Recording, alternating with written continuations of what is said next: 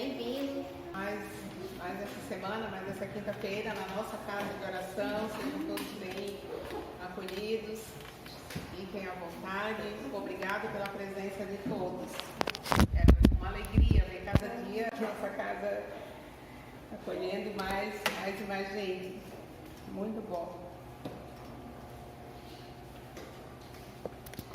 Amizade e compreensão. Muitos companheiros de luta exigem cooperadores esclarecidos para as tarefas que lhes dizem respeito, amigos valiosos que lhes entendam os propósitos e valorizem os trabalhos, esquecidos de que as afeições, quanto as plantas, reclamam cultivos adequados. Compreensão não se improvisa, é obra de tempo, colaboração, harmonia. O próprio Cristo, primeiramente, semeou o ideal divino no coração dos continuadores, antes de recolher-lhes o entendimento. Sofreu-lhes as negações, tolerou-lhes as fraquezas, desculpou-lhes as exigências para formar, por fim, o colégio apostólico.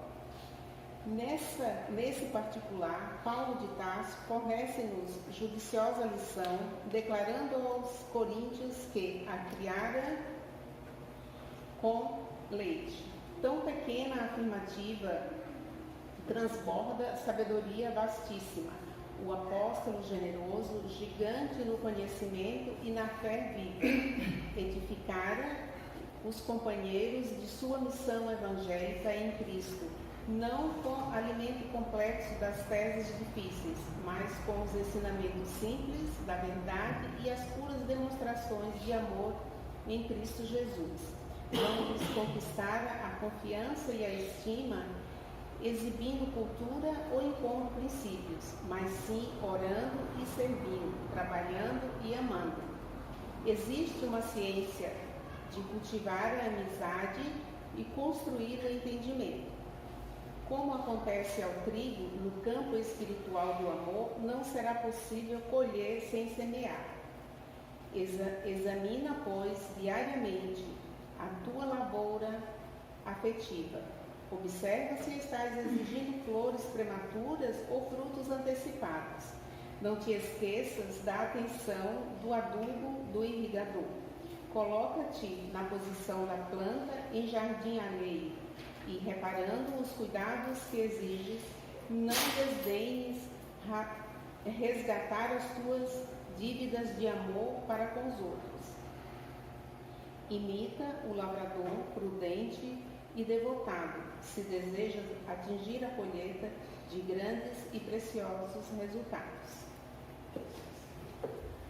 Então vamos elevar o nosso pensamento a Deus, a Jesus, pedir a proteção e a orientação da espiritualidade da casa, para que possamos aproveitar bem a nossa conversa, a nossa palestra, os ensinamentos que aqui vão ser passados, que possamos aproveitar ao máximo para levar para a nossa vida, procurar entender, tudo que o Mestre Jesus está nos ensinando, está colocando dia a dia para nós. Pai nosso que estais nos céus, santificado seja o vosso nome. Venha a nós o vosso reino, seja feita a vossa vontade, assim na terra como nos céus.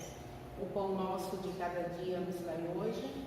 Perdoai, Senhor, as nossas dívidas, assim como nós perdoamos aos nossos devedores. E não nos deixeis cairmos em tentações, mas livrai-nos de todos os males. Que assim seja. Nosso palestrante hoje é o Amilcar. Seja bem-vindo e à vontade. Boa noite a todos.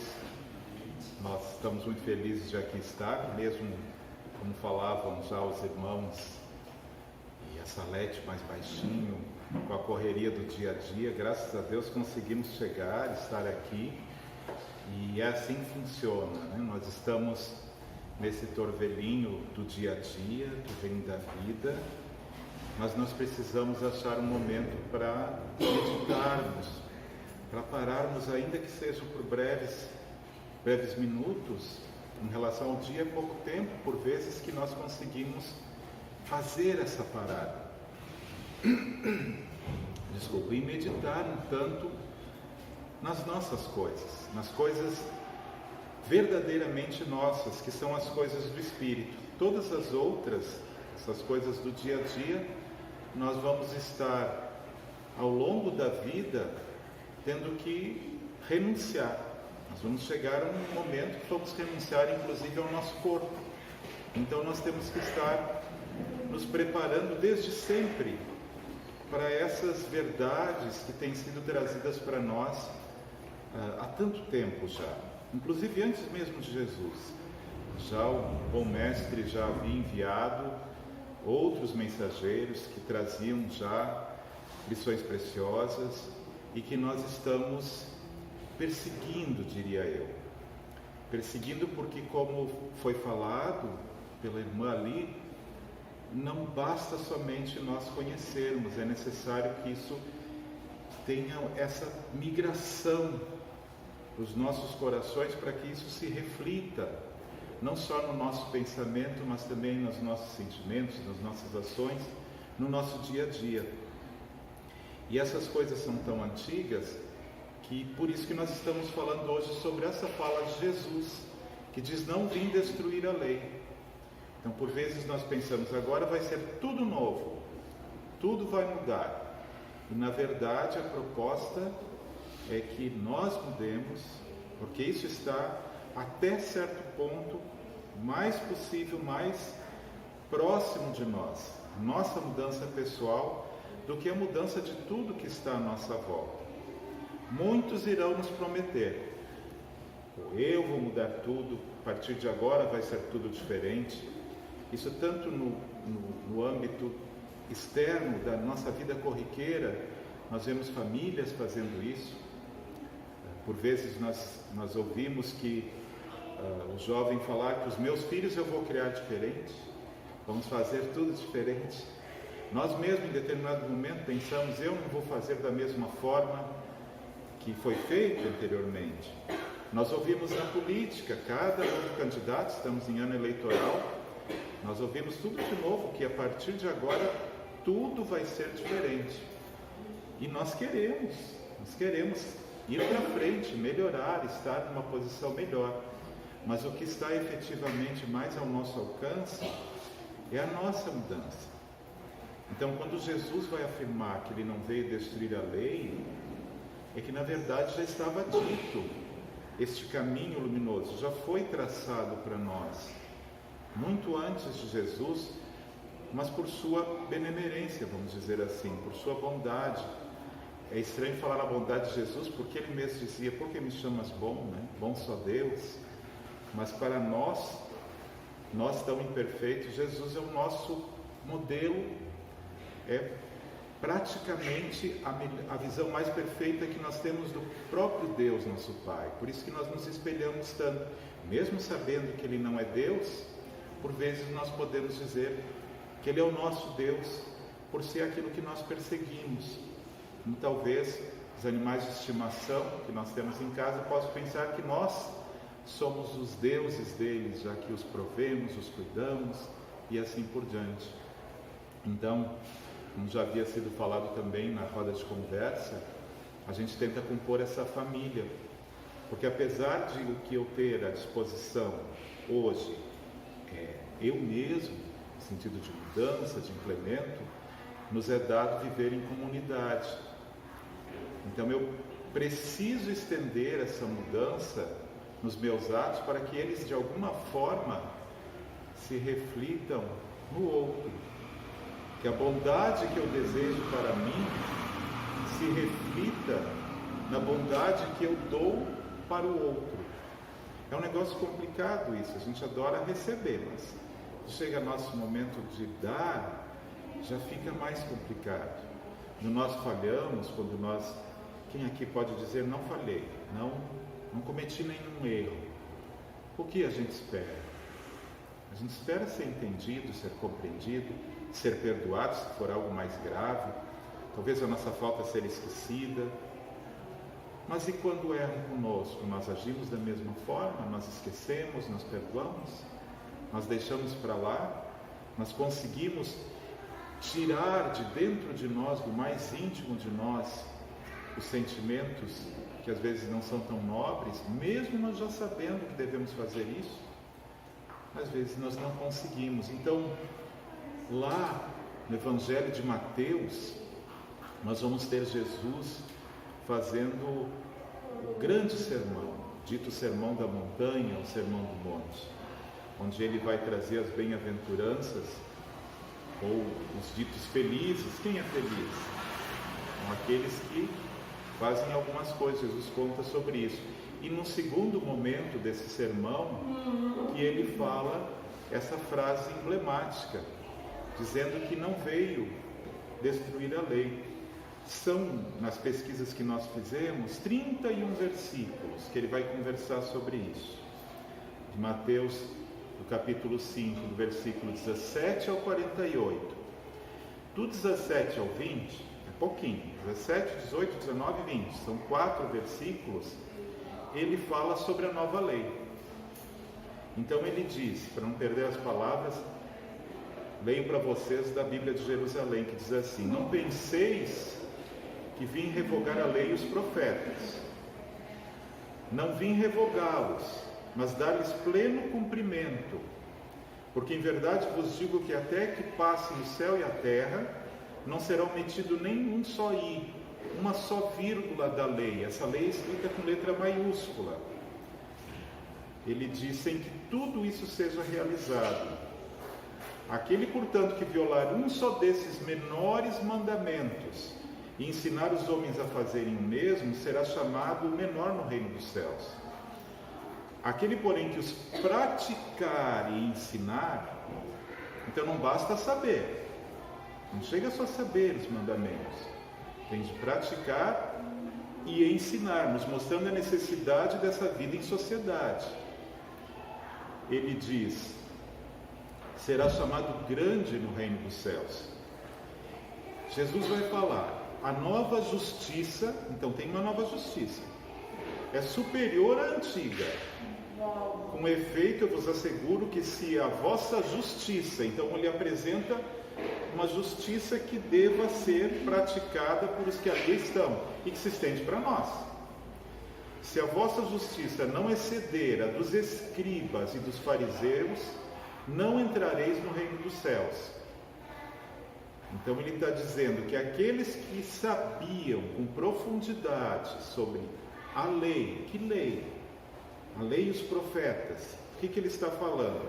É a Torá. É a lei que foi escrita por Moisés, que está no início do Velho Testamento. E os profetas nós conhecemos também dos livros do Velho Testamento. Então, a nova lei é a lei que se pratica, é a lei que se exerce, é a lei que se exercita no dia a dia.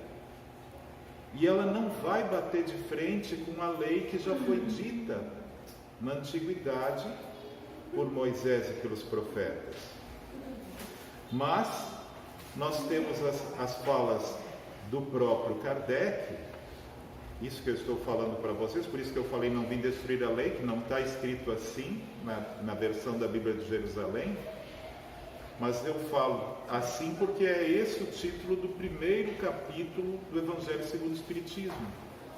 Então, ele vai nos deixar claro, Kardec, que há duas partes distintas nessa lei de Moisés. Uma que é a própria dita lei de Deus, e outra, que é aquela que vem lá no Monte Sinai, que é escrita na pedra, e outra que é um código civil, disciplinar, para aquele povo com dificuldades ainda, de obediência, assim por diante. Nos dizem que é um povo que vive anteriormente em 400 anos de escravidão, acostumado a um pulso muito forte. E se nós vermos no passado, as coisas eram muito mais brutas do que hoje. Então, à medida que nós vamos nos organizando, nós quem? Nós, humanidade. Nós vamos nos organizando e vamos, a partir daí, evoluindo de maneira social também. Hoje nós conseguimos estar aqui sentados, conversando e discutindo, porque penso eu que a maior parte, se não todos daqui, inclusive, sabem ler e escrever. Na época de Jesus, ele já falava dos escribas e dos fariseus, porque dentre aquele povo, provavelmente eram os únicos que sabiam ler e escrever. Nós temos regras de conduta social muito mais elaboradas do que a época de Jesus. Se diz que a época de Jesus, historiadores falam isso, que quando anoitecia, você ficava em casa, porque era extremamente perigoso estar na rua. Não se ficava circulando. Nós tínhamos vivamente o exercício da escravidão. Hoje é crime. A época era, inclusive, parte da legislação proposta por Moisés. Então, o que nós vamos encontrar hoje de informação, inclusive na Wikipédia, ela nos diz que essa lei mosaica, que está lá no Velho Testamento, ela vai ter, além dos 10 mandamentos, se nós nos desdobrarmos a estudar lá os livros do Velho Testamento, nós vamos encontrar outros 613 mandamentos estabelecidos pela Torá. Nós pensamos, é muita coisa. Hoje, quantas leis nós temos no nosso Brasil? Nós temos muitas leis, porque é preciso regular o nosso convívio. Então, nós podemos dizer que dessas tantas leis que estão lá, nós temos um grupo de 10 mandamentos que são as leis morais, que são as estabelecidas na pedra, nos 10 mandamentos conhecidos pela maioria de nós. Nós lembramos deles. Outros são códigos civis, que falam o que vai acontecer quando eu quiser vender um boi, ou quando eu trocar um boi, ou quando eu perder um animal, o que vai acontecer com a casa, como lidar com as coisas das doenças da época, o que não se deve comer e assim por diante. E outro grupo de leis são as leis religiosas, ou melhor dizendo, cerimoniais, que explicavam como ia ser levado o culto dentro do tabernáculo, que era aquela tenda especial, onde ficava a Arca da Aliança, que depois se transforma, já evolui no tempo de Jesus, para o templo. Então são 3 grupos de leis que na verdade a Torá abrange. Então quando Kardec foi conversar sobre isso, ele propôs isso. Vamos conversar sobre as leis de Deus, as leis morais, porque essas, assim como Deus, se são leis de Deus, também são imutáveis. Deus não muda. Nós mudamos e devemos mudar. Nós devemos mudar para melhor, obviamente. Então, as leis de Deus não precisam melhorar, elas já são perfeitas. Então, essas leis que Moisés estabelece ali, mediunicamente, vamos dizer assim, em cima do Monte Sinai, trazidas, nos dizem as Escrituras por Deus, são leis perfeitas que servem em qualquer sociedade. O não matarás vale para qualquer povo, vale para brasileiros, vale para russos, vale para ucranianos. Nós vemos como está difícil isso, né? Eu não posso hoje ter dúvida em relação pelo menos a essas leis. Eu falo porque nós espíritas às vezes dizemos assim, talvez uma pessoa veio nessa encarnação destinada já com uma programação espiritual para morrer na guerra.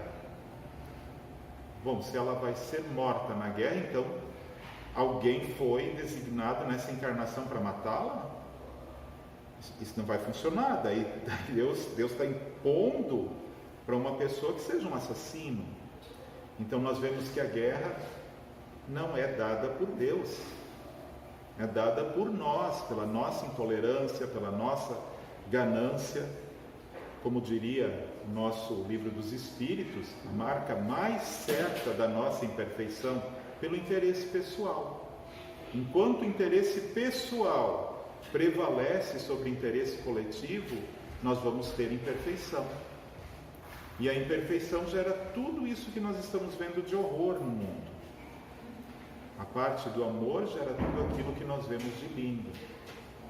Então não nos enganemos. Ninguém está destinado a ser assassinado nesse mundo. Ninguém está destinado a ser deixado sem tratamento para uma doença terrível. Era destino dele, foi uma programação espiritual que a pessoa morresse sem atendimento, por exemplo, para a Covid. Não. Ele tinha que passar por isso. Isso é nosso. Isso é dado do homem. Nós vamos ter que responder por isso. As pessoas envolvidas sejam diretamente por cometer o crime e aquelas envolvidas por o facilitarem e ainda aquelas envolvidas em não terem impedido o crime de acontecer. Que a nós nos cabe por vezes a oração somente. Nós não conseguimos talvez estar influenciando, vamos dizer assim, de uma forma maior nesse conflito planetário. Mas nós podemos orar. Agora tem muita coisa acontecendo aqui à nossa volta. Nós podemos estabelecer momentos de ajuda para os nossos irmãos. Então aí vem essa fala de Jesus desse exercício. Não basta nós sabermos esses mandamentos.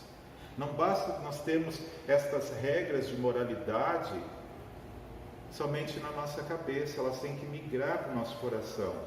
E nós temos que fazer esse alinhamento. Nós temos falado tanto essas coisas ultimamente, eu acredito que é para nós ouvirmos melhor, né?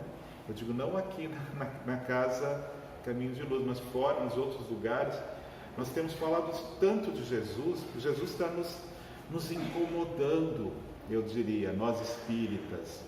Jesus está nos cutucando, para que nós o conheçamos novamente, de novo e de novo e de novo. Nós vemos essa iniciativa relativamente recente, digamos assim, da nossa Federação Espírita Brasileira, de trazer os estudos do Evangelho Redivivo.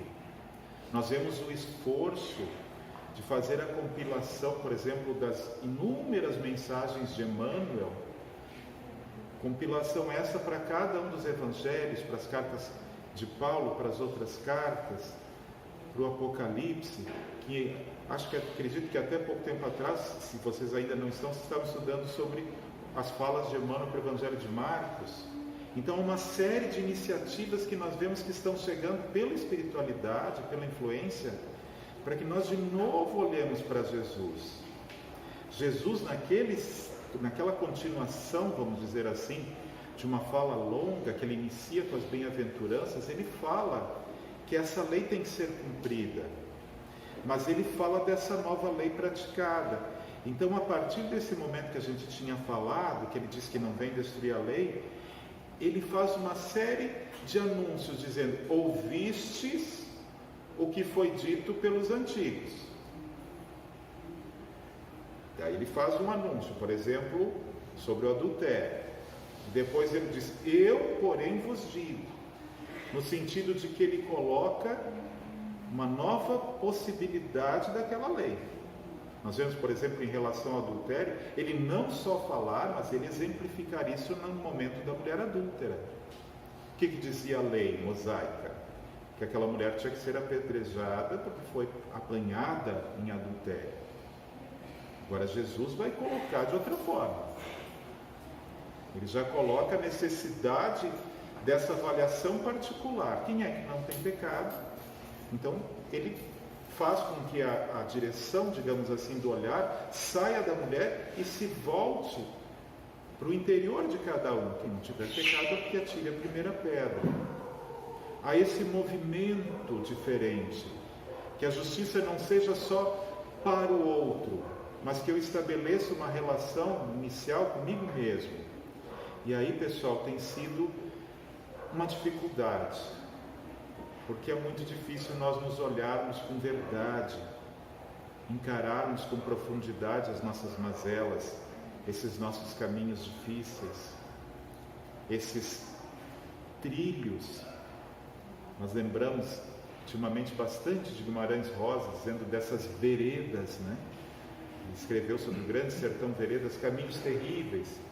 Agora o próprio Brasil se volta novamente com essas novelas que estão aparecendo, mostrando esses sertões, essas dificuldades, nos lembrando que o amor pode vencer isso. Então, entrar nesses caminhos internos não se trata de tarefa fácil e por vezes nem tranquila.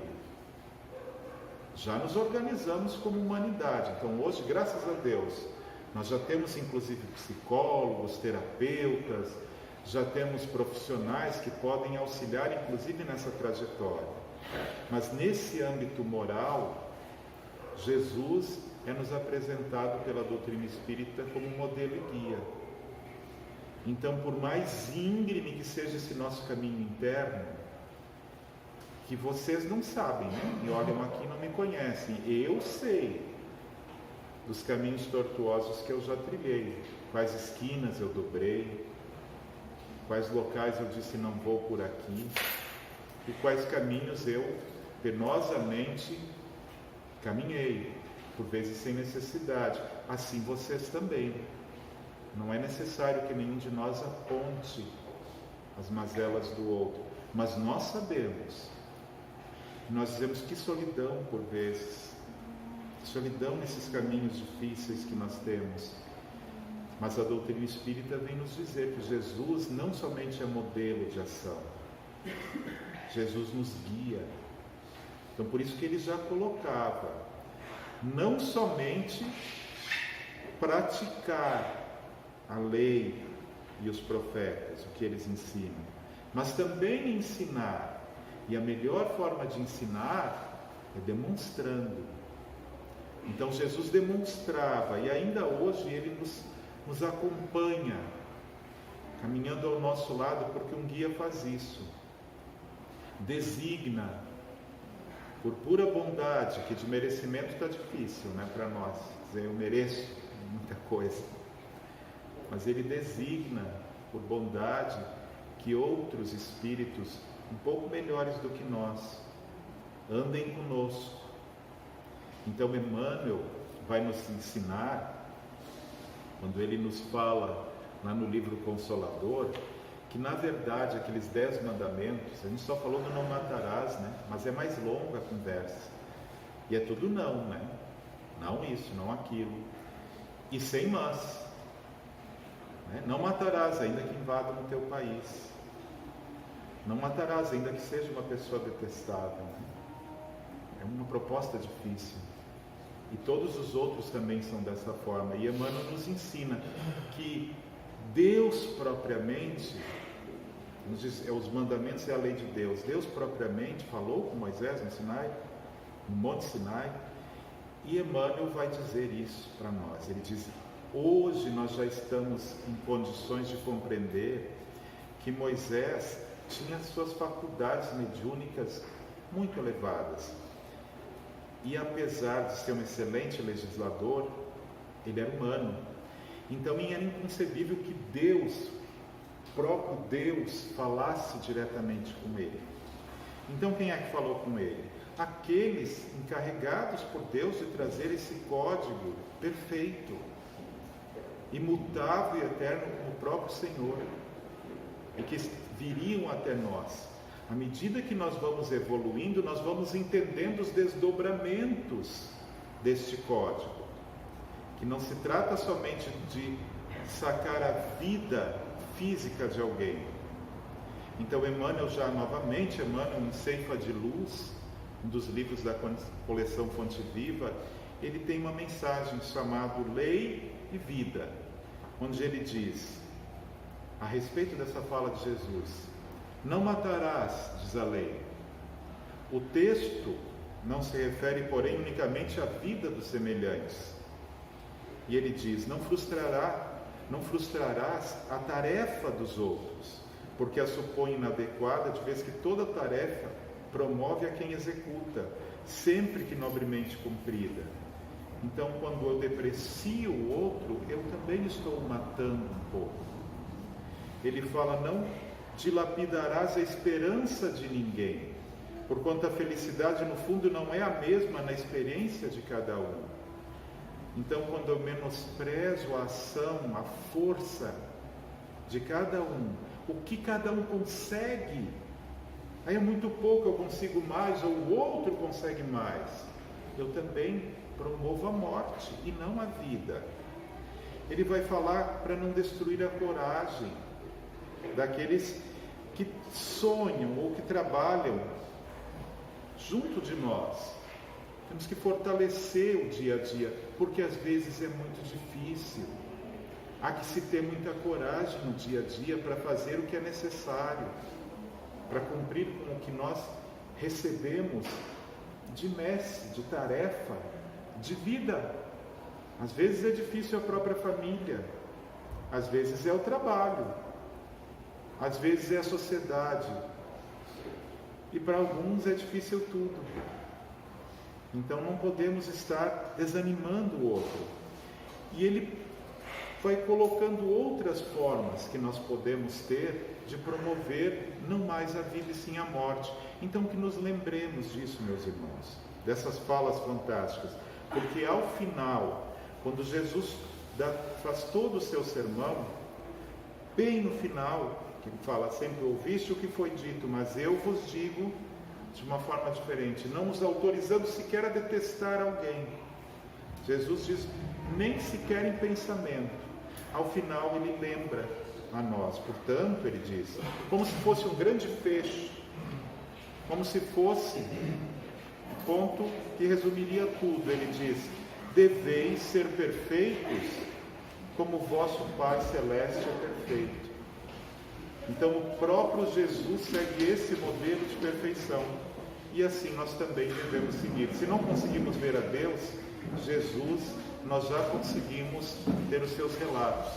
Que nós nos desdobremos em cima das suas palavras, repensemos as nossas atitudes e que nós consigamos transferir esses discursos evangélicos de Jesus que saiam do nosso pensamento e se estendam ao nosso peito, por sua vez às nossas mãos, às nossas pernas, nos levando pelos melhores caminhos, pelas melhores ações e pelos melhores sentimentos.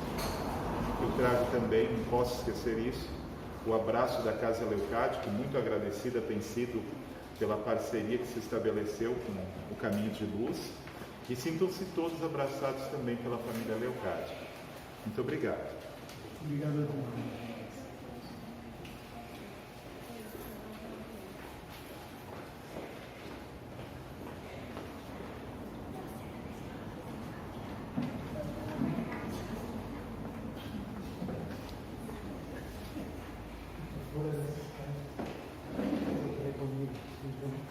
Muito obrigado. Eu que agradeço a oportunidade. A Casa Caminho de Luz que agradece a parceria com o Centro Leucádia. Digo, com a parceria que a gente tem com a cesta básica. Dona Rosa, conversávamos ainda essa semana da alegria que tem sido para as famílias beneficiadas as doações de vocês. A gente não sabe onde é que vai parar, né? Mas são em boas mãos, com certeza, mãos que precisam, às vezes, um alimento e de tantas coisas que podem ser doadas por nós. Às vezes nós pensamos é pouco, mas para essas famílias carentes é muito necessário. Então ela falava e pediu, inclusive, para agradecer a cada um de vocês as ofertas que têm sido por ela distribuídas, mas são de vocês, né? Agradecidos somos todos. Então, nesse ambiente de agradecimento, nesse ambiente de harmonia, que vamos elevar o nosso pensamento a Jesus, a espiritualidade amiga que ampara essa casa, a todos os presentes, encarnados e desencarnados, que vieram procurar um pouco de conforto e trazer a sua contribuição de alívio para todos nós e para aqueles que estão à nossa volta, no nosso convívio familiar, nossos amigos e vizinhos, pela paz mundial e harmonia, por nós mesmos. Te agradecemos, Senhor, pedimos que nos ampares no retorno para casa, levando consigo todo bom aproveitamento dos ensinamentos que hoje recebemos. Que assim seja. E agora nós vamos ter a graduação